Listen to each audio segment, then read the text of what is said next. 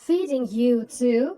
After you just invited yourself along? You should be grateful for water. The water here is really good, because it's a fancy place. Bet it tastes amazing, huh? I sit at a fancy restaurant where I was supposedly invited, staring at the lonely glass of water placed before me. While other family members enjoy their courses, my mother-in-law makes yet another shocking comment. My name is Chloe. I started working for a major company right out of college and have been busting my tail in sales ever since.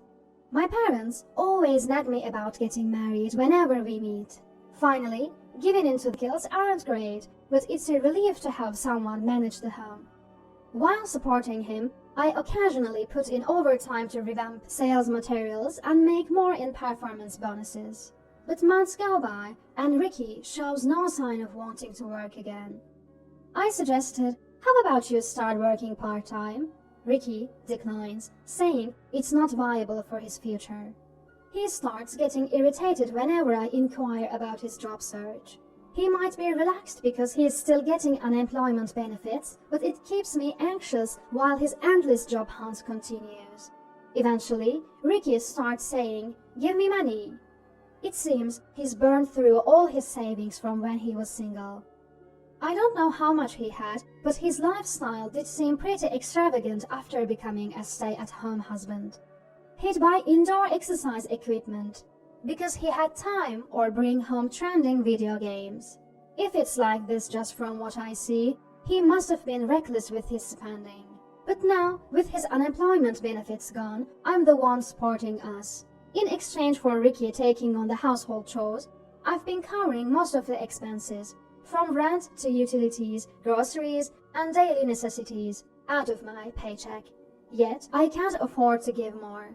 I don't get any allowance or compensation for housework, Ricky argues. I don't have a single dollar for myself. Can't you give me a bonus once in a while? Fed up, I snap back at him. I don't have an allowance either, and I really can't give more.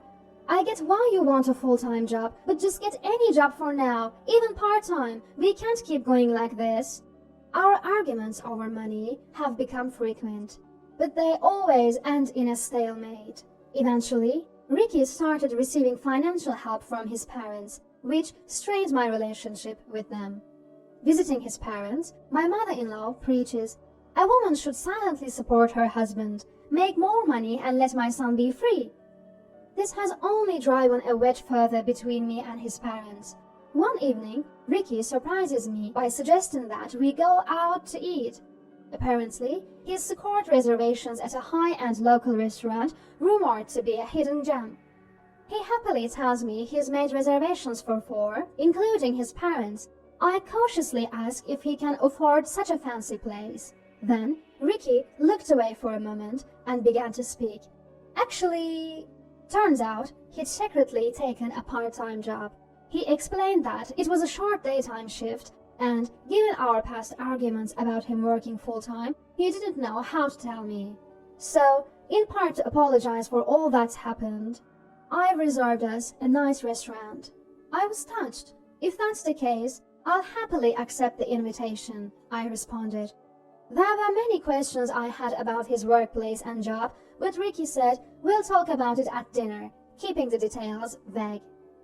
Nonetheless, for the first time in a while, a cheerful subject had lightened the mood between us. But days later, in a quaint private room at a restaurant, I would find out the real reason for the dinner and shake with anger. From the moment we arrived, something seemed off about the restaurant staff. They looked slightly surprised to see us, whispered something to mother-in-law, who led the way. So, simply smiled and said, "It's fine," urging them to show us to our room.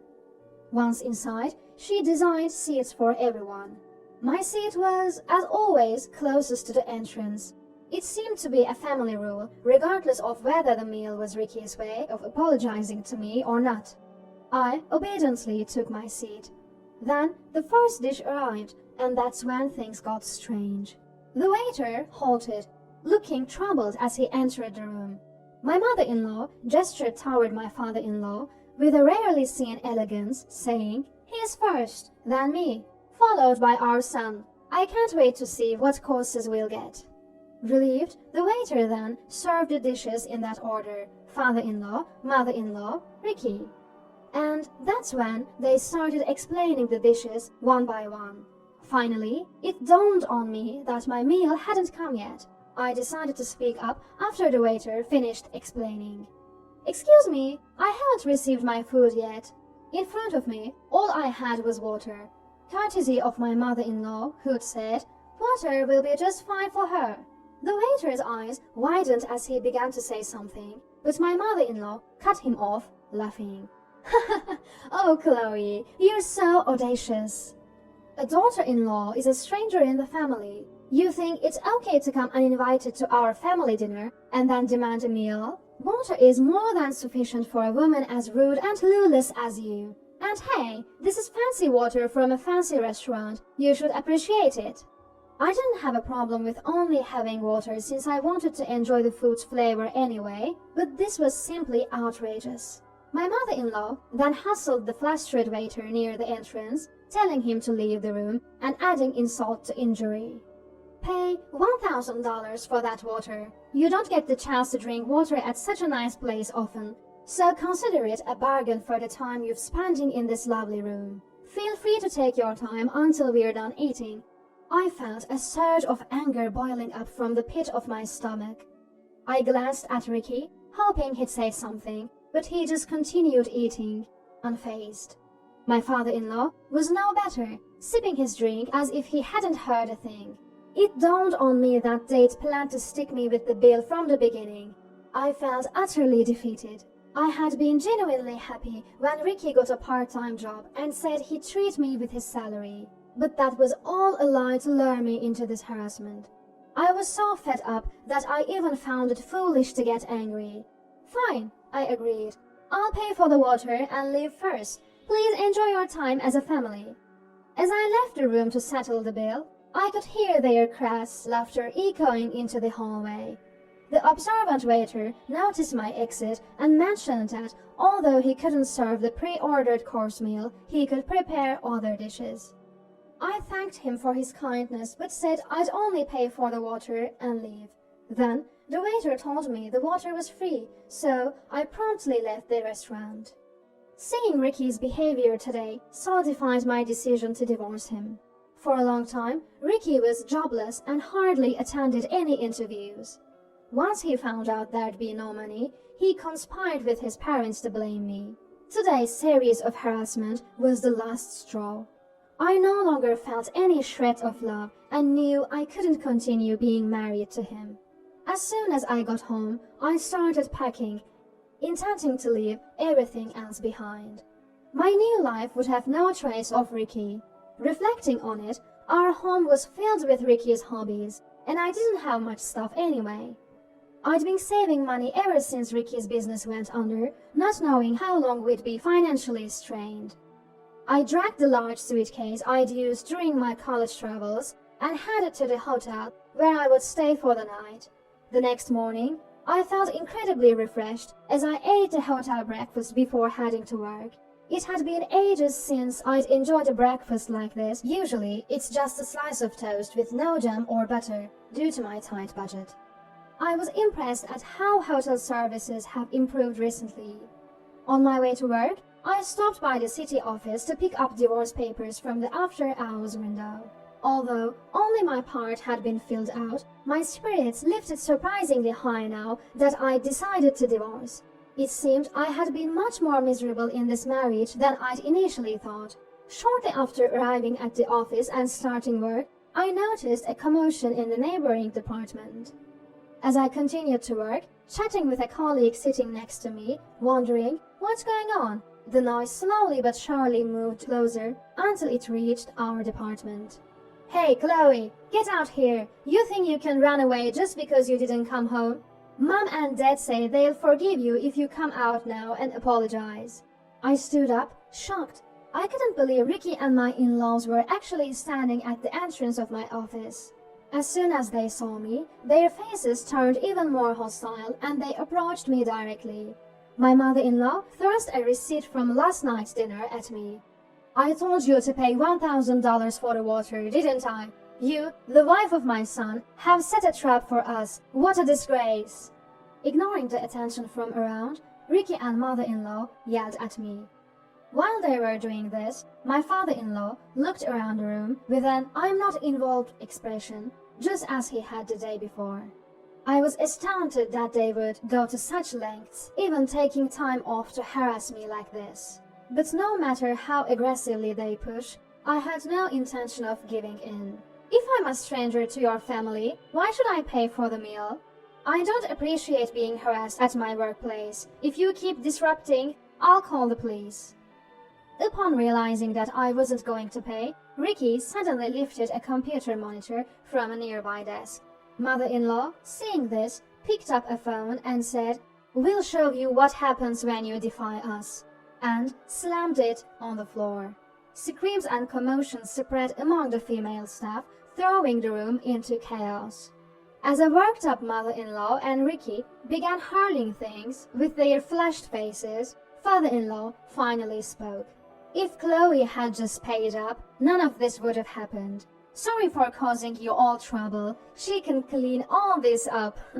He chuckled and apologized to the room. But the strangeness of his demeanor, acting as if nothing was wrong even when his family was breaking the office equipment, became even more evident. People started to move away from him, avoiding any contact. I thought I had to do something. I yelled at Ricky and his gang to stop this chaos. Trying to have a conversation with people so enraged was like talking to a wall. Just as I desperately grabbed Ricky's arm to get him to listen, police officers burst into the room.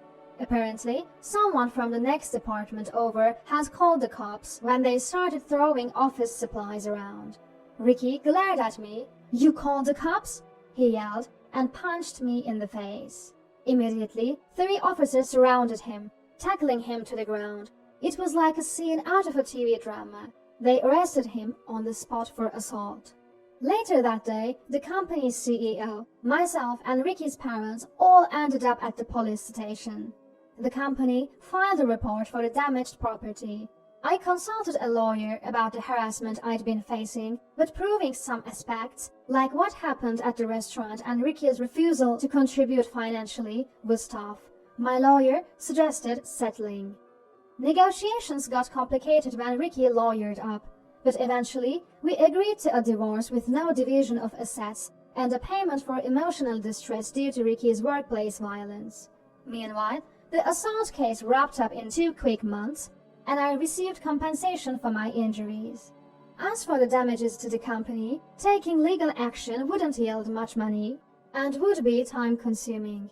More importantly, the company wanted to avoid negative attention, so they opted to settle out of court rather than file a lawsuit, it seems. In the end, they promised to pay a large settlement instead. In the end, Ricky was the only one with a criminal record, but he and his parents owed a large sum of money to me and the company.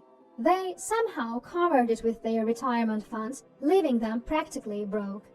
In a desperate move, his parents called Ricky back home and, through family connections, got him a job at another company. But that didn't last long either. His new employer, unbeknownst to them, had business with my company. By the time their CEO heard the full story, rumors about Ricky's volatile and dangerous behavior had already spread.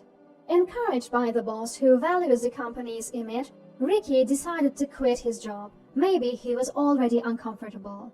Suddenly, Ricky moved back home and quit his new job.